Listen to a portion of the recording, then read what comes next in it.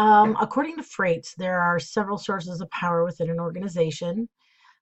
Coercive power is a dependent relationship between the agent and the individual. This is more of a power threat. Do this or I'll write you up. I'll have your job. I'll report you to your superiors. Um, as I state here in my paper in nursing, I've experienced this sort of coercive power moved by physicians and attempting to make me carry out orders that I didn't feel necessarily was in the best interest of my patient. Um, Freight says that the degree of coercive power depends on the driving agent's scope of power and the strength of the recipient's perception that punishment can be avoided by conformity. Um, Young nurses can a lot of times get caught up in this power struggle because they feel that the physician does have the power to write them up, but they ultimately have to remember that they operate under their own license and can make decisions if they feel they are in the best interest of the patient. Um, Legitimate power is just what it says. It's a power derived from authority and or social and cultural norms. And the power is given to the individual when people perceive that power to be appropriate. So physicians have power, CEOs have power, and associates understand and realize that power, and it is legitimate and appropriate. Referent power. This is, according to Freights, derives from personal charisma and its effects on the recipient of influence. This is also proportionate to the level of respect that the individual assigns the agent. So basically, if I feel you deserve my respect, and I feel that you demand my respect in a positive way, not so much like in a coercive way, but in a way that I feel like you are knowledgeable and know what you're talking about, then how you carry that off and its effect on me is referent power. Expert power is the power on the agent's perceived knowledge base. So if I feel you um, are very an expert in your field and you know what you're talking about, you're going to have that expert power. Reward power gives incentives to change behavior. So if you do this, I'll give you a raise, or if this happens, then you will have a better position. Freights also refers to a structural power source that organization and managers can utilize, and that refers to the amount of resources.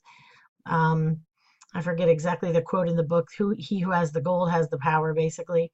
So resource power, Freights says, is the most powerful source. Because whoever controls the greater amount of resources has the higher level of control and power. Decision power is relative to an individual's level of authority and their ability to make decisions. So, like physicians can make medical decisions, financial individuals can make financial decisions. So their power is relative to the decisions that they have the authority to make. And information power is just that, it's power derived from information that maybe you or someone else has that the organization needs. And depending on what that power is, and who all needs it or wants it, depends on the amount of power that you'll have. Our textbook related the fact to that a secretary or administrative assistant that has control of his boss's calendar wields this kind of power. And anybody who's trying to make an appointment with, say, the chief nursing officer or the CEO knows that you can't do anything unless you can get through his secretary first. So we also were divided into groups regarding negative or positive impacts on an organization when they play political games within Mintzberg's political game playing framework.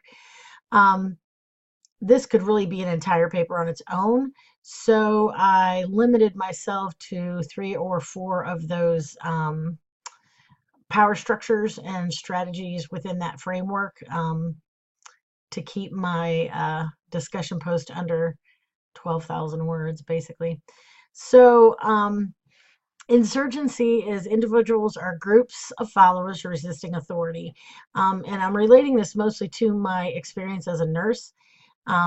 because this can be nurses resisting each other, such as staff nurses giving negative feedback when a charge nurse or supervisor tries to give them admission when they're already busy. Um, this can happen, or it can just be definitely nurses just having a bad attitude and constantly resisting what anybody tries to tell them to do, either by constantly complaining or by sighing and huffing off every time they get an order, or somebody in authority tells them what to do. And so when nurses continually have a poor attitude and resist at every turn, it definitely brings down morale of the entire staff. That makes for a difficult working environment. It makes for high turnover. That's very costly for an institution to have high turnover, because it costs a lot to train employees, and every time you have to train a new employee, that's a cost to the institution. So insurgency can definitely have a negative impact on an organization. Lording or flaunting authority. Again, when managers, charge nurses, supervisors, or anybody in perceived positions of authority try to dominate others strictly because they have a power within an organization, that makes staff and associates very angry. And they don't trust the individuals.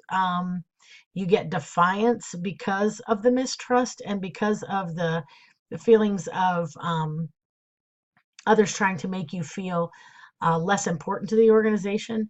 And again, that can have a negative impact on the work environment.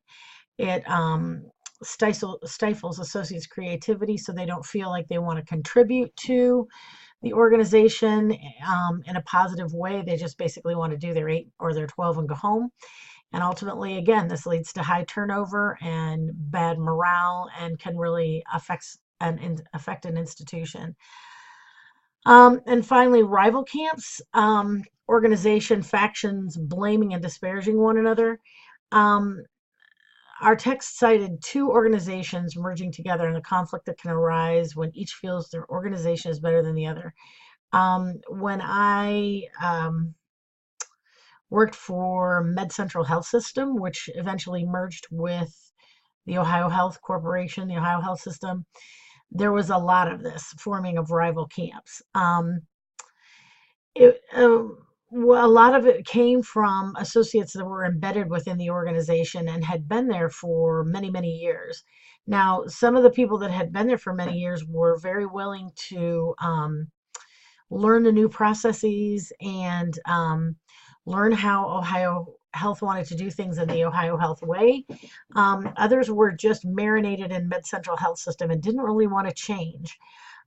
Those individuals that did not want to change and really didn't want to get on board with what Ohio Health was trying to bring us into, which was that volume to value and customer service, and realizing that there is a lot of competition within the healthcare industry and we have to change how we perform. Some of those individuals in management, senior leadership, they found themselves being encouraged to seek employment elsewhere.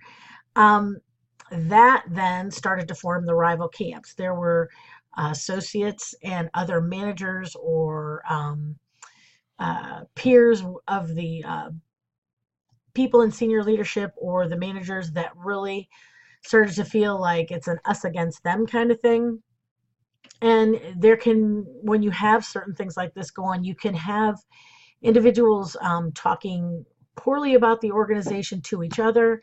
That also then carries over into the community itself and can damage an organization's reputation. So basically, you can have individuals that are forming camps and talking and blaming and bad-mouthing the institution, and it creates a dissatisfied employee, but the organization's reputation can also be ruined in the process. You can have people out there in the community, saying, oh, Ohio Health is a horrible institution to work for. I'm going to go to our rival institution over there. I lost my job because, they came in and just fired everybody, not taking into account what, really goes down when an organization tries to restructure. So those are the negative impacts that organizations can experience when they're playing within that political framework. And for my references, I used Freight's A Foundational Leadership theories, and also an article I read by Michael Rega called Persuasion Power, which really was a great article, and could also be an additional paper with this post, because it talked about modern ways of exerting power as opposed to some of those that are identified in our book. All right, thank you very much.